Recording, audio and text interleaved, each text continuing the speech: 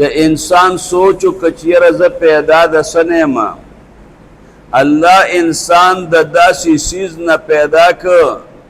د منی د قطرې نه رب العالمین انسان پیدا کړی چې د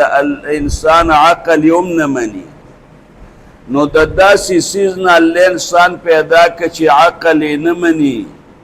نو چې د الله په دې قدرت شته نو د الله په دې قدرت شته چې ستا د رزق بندوبست الله وکړي موږ په هر مانځه کې سر کې سورت فاتحه وایو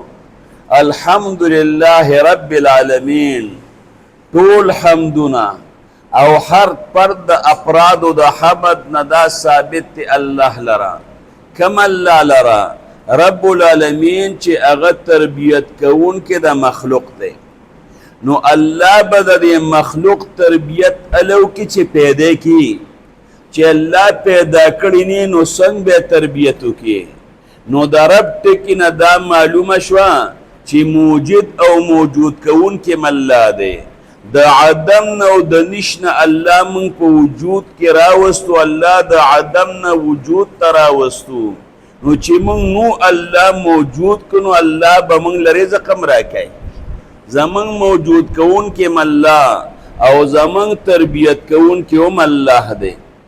انسان که سوچو کې نو د مور په خېټه کې چې د انسان پروت دی زه پلار دی ورله یو نوړی په خولې کې ورکي که نه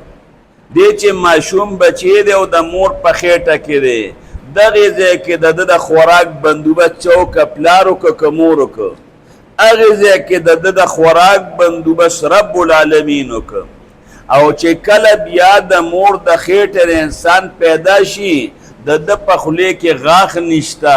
دی کیله نشي خوړی دی سیب نشي خوړی دی پیرني نشي خوړی نو بیا رب العالمین بیا د رزق بندوبست وکړه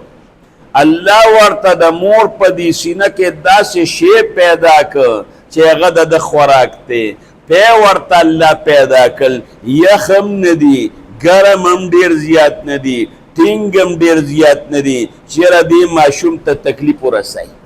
بعضې وخت کې ماشوم ته د غوا پی شروع کړي د غوا پی شروع کړي خېټه ورته خرابه کړي د مور په دې سینه کې الله پاک هغې وخت کې چې ماشوم خولې ته لاس نشي پورته کولی ځان له خوراک نشي راغشتی ځان له اوبه نشي راغشتی هغې وخت کې ولا الله د داسې خوراک انتظام وکړه چې هغه د ډوډۍ په ځای باندې کار کوي هغه د اوبو په ځای باندې کار کوي نو د مور په خېټه کې چې